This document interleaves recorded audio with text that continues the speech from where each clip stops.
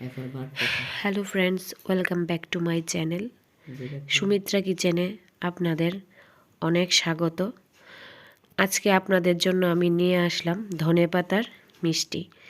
এটা কিভাবে বানাচ্ছি সবটাই আপনাদেরকে বলছি। প্রথমে আমি এক বাটি দুধ নিয়ে দুধটা ফাটিয়ে ওটা ছানা তৈরি করে নিলাম।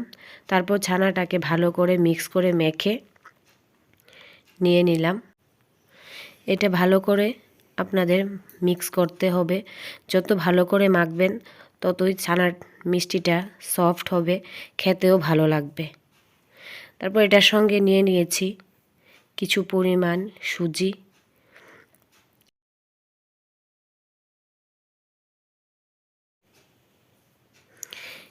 নিয়ে নিয়েছি তার সঙ্গে ময়দা। তারপর সবগুলি ভালো করে আবারও মিক্স করতে হবে। যতটা মিক্স করতে পারবেন ততটাই মিষ্টিটা খেতেও ভালো হবে, মিষ্টিটা খেতেও সফট হবে। তারপর নিয়ে নিয়েছি ধনেপাতা। ধনেপাতাগুলি গ্রাইন্ডারে গ্রাইন্ড করে ছেঁকে এটার রসটা দিয়ে দেব ছানার মধ্যে। তারপর এটাও ভালো করে মেখে ভালো করে মিক্স করতে হবে। আপনারা চাইলে 2-3 চামচ দিতে পারবেন। তারপর কড়াইতে দিয়ে দিলাম কিছু পরিমাণ চিনি, সঙ্গে কিছুটা পরিমাণ জল শিরাটা বানানোর জন্য।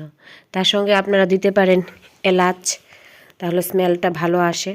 তারপর হাতের মধ্যে গোল গোল করে রসগোল্লার মতন বানিয়ে নেবেন। আপনারাও বাড়িতে বানিয়ে দেখবেন, ভালো লাগবে খেতে। আর আমাকে কমেন্ট বক্সে জানাবেন কেমন হলো।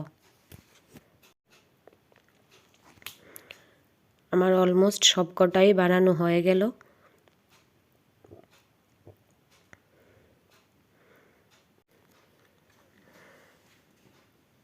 তারপর ধনেপাতার রসটা আমি মিষ্টি শিরাটার মধ্যে ঢেলে দিলাম।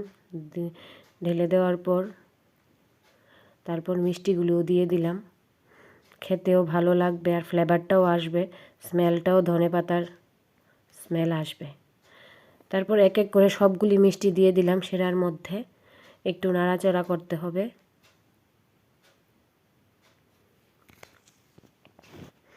আপনারাও একবার ট্রাই করে দেখবেন ধনেপাতার মিষ্টির রেসিপিটা।